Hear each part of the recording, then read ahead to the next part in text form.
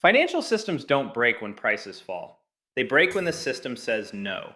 No liquidity, no buyers, no delivery, no settlement. That moment has a name, and it's already forming again.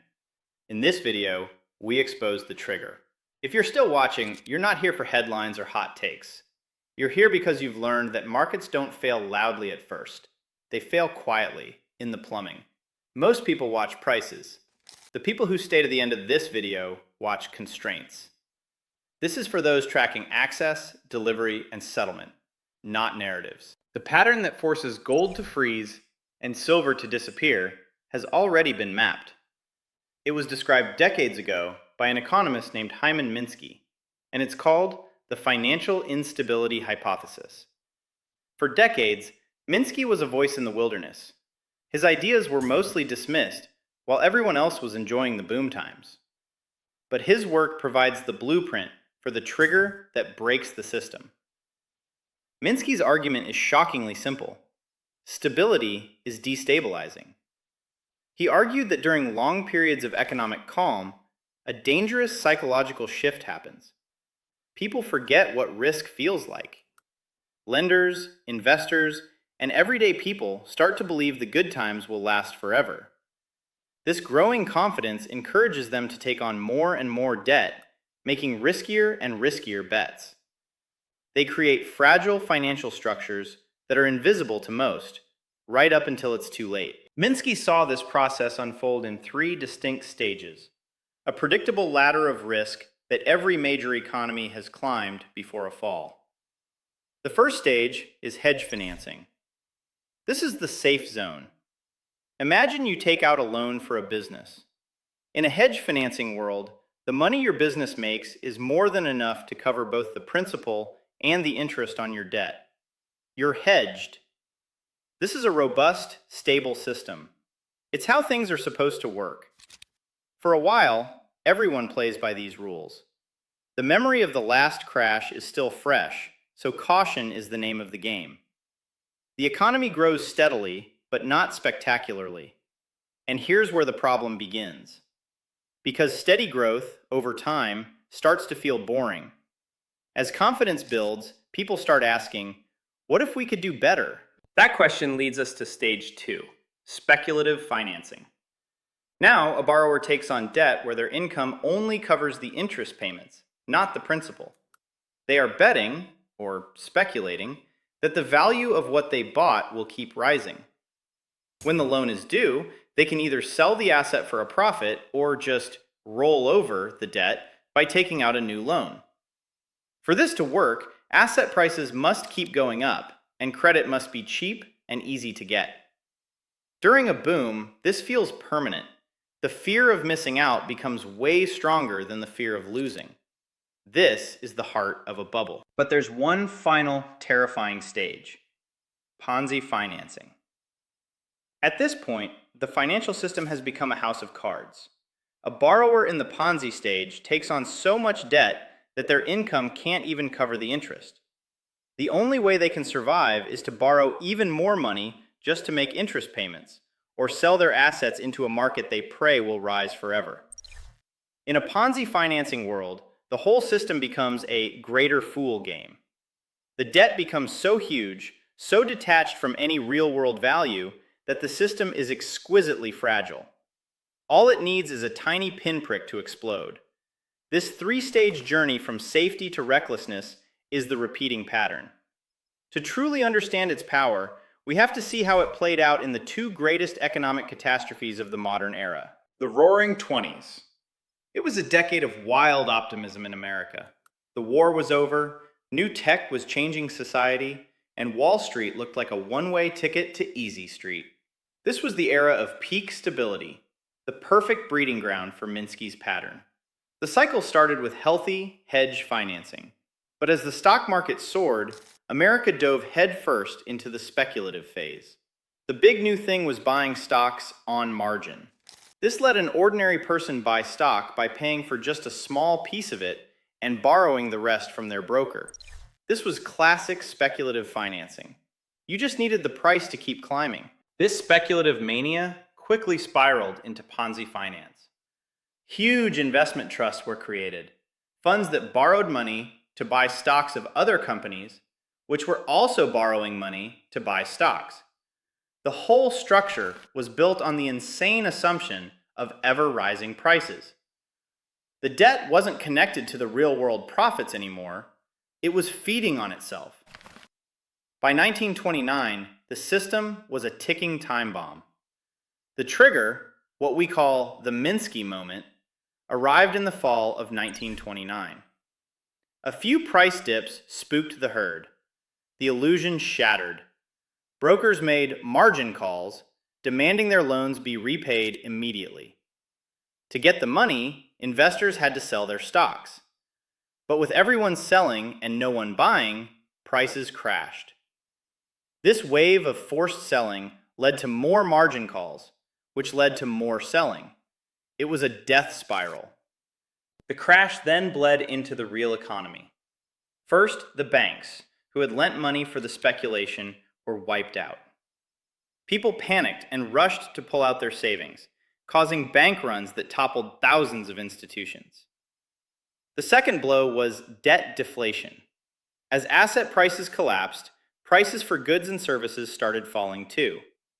Your income was falling, but your debt payment stayed the same, making it heavier and heavier. An economist at the time, Irving Fisher, said it perfectly. The more the debtors paid, the more they owed. This vicious cycle choked off spending and investment, leading to the worst economic disaster in modern history. The decades after World War II were stable, but just as Minsky predicted, this stability started to feel normal. By the 2000s, a new generation of financiers thought they had conquered risk. The stage was set for the pattern to repeat, this time on a global scale. The new asset of choice was real estate, fueled by a dangerous belief that U.S. house prices could never fall nationally. Lenders moved right into speculative financing, creating subprime mortgages for borrowers with bad credit. The assumption was that rising house prices would let the borrower easily refinance or sell for a profit. This quickly morphed into pure Ponzi finance, thanks to the mortgage-backed security, or MBS. Investment banks bought up thousands of risky mortgages, bundled them together, and sold them to investors all over the world. The person who made the loan didn't care if the borrower could pay it back, because they immediately sold the loan to someone else. Credit rating agencies, paid by the banks, stamped these bundles of toxic loans with AAA ratings. The entire global financial system was leveraged to the hilt, all betting that house prices would rise forever.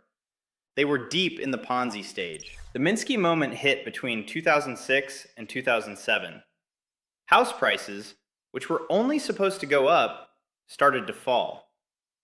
Those AAA-rated securities were suddenly revealed to be worthless. Nobody knew who was holding the toxic junk. Trust evaporated. Banks stopped lending to each other. Credit froze.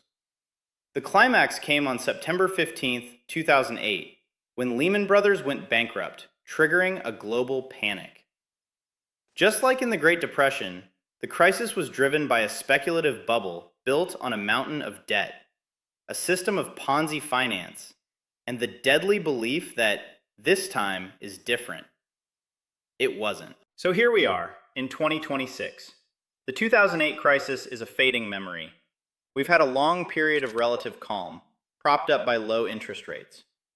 And what happens during long periods of calm? People forget risk. The pattern begins again. Let's look at the evidence through Minsky's 3 stages. First, look at debt. The world is swimming in it. We have a system loaded with leverage, making it incredibly sensitive to any shock. Now, let's talk speculation. Where are the bubbles? For years, strategists have pointed to the everything bubble, where nearly every asset class, from stocks and crypto to real estate, has been inflated to historic highs. Much of this has been driven by a story about the future rather than by current profits, a classic sign of the speculative stage. Finally, do we see signs of Ponzi finance? A huge area of concern is the shadow banking system, the world of hedge funds, private credit, and complex derivatives. Regulators have repeatedly warned that this sector has grown massively, is highly leveraged, and operates with less oversight. When these institutions rely on unstable funding to finance risky assets, they are creating a structure that looks alarmingly like Ponzi finance. They are betting they can always roll over their debt, a bet that works until it doesn't. The pieces are all in place: a mountain of debt, widespread speculation, and the return of fragile, opaque financial structures. We have been climbing Minsky's ladder of risk once again. The question is no longer if the pattern will complete itself, but when the trigger is pulled. A Minsky moment doesn't look like a market crash at first. It looks like language you see in the fine print. Quiet, bureaucratic phrases that mean the machine has stopped working. It looks like temporary settlement delays, cash-only redemptions, unprecedented market volatility. Spreads have widened due to liquidity issues. This is the system saying no. This is the mechanical failure we've been leading up to. This is the moment gold freezes, when access is denied not by price, but by procedure. This is when silver disappears, when physical delivery goes no offer. And this is why Bitcoin becomes a settlement rail, not a trade, but a last resort tool to finalize a transaction when the old system cannot. This is the trigger that forces the sequence you've already seen. The history of the modern financial system is the story of a single repeating pattern. Calm breeds overconfidence, pushing the system up a predictable ladder of risk from safe to speculative to a fragile Ponzi structure where the whole thing is a house of cards. The Minsky moment, that sudden, violent stop, is not a crash. It is the consequence of ignoring the simple, fatal dynamic that turns stability into chaos. It's the moment the system says no. And this is why capital is forced to move the way it does. If you've been watching the plumbing instead of the price, this sequence won't surprise you. It's why gold freezes first. It's why silver disappears next. And it's why Bitcoin enters last, to settle. This sequence is not a matter of belief. It happens because once the trigger is pulled, the system has no other choice.